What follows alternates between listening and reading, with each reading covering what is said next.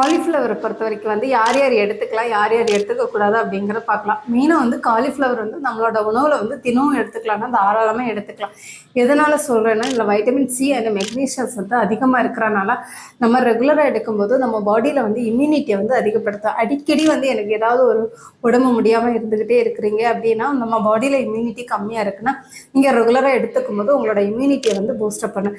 ரெண்டாவது பார்த்தீங்கன்னா வந்து வெயிட்டு குறைக்கிற ரொம்ப ஒபிஸாக இருக்கிறவங்க தாராளமாக வந்து நீங்கள் காலிஃப்ளவர் எடுத்துக்கலாம்.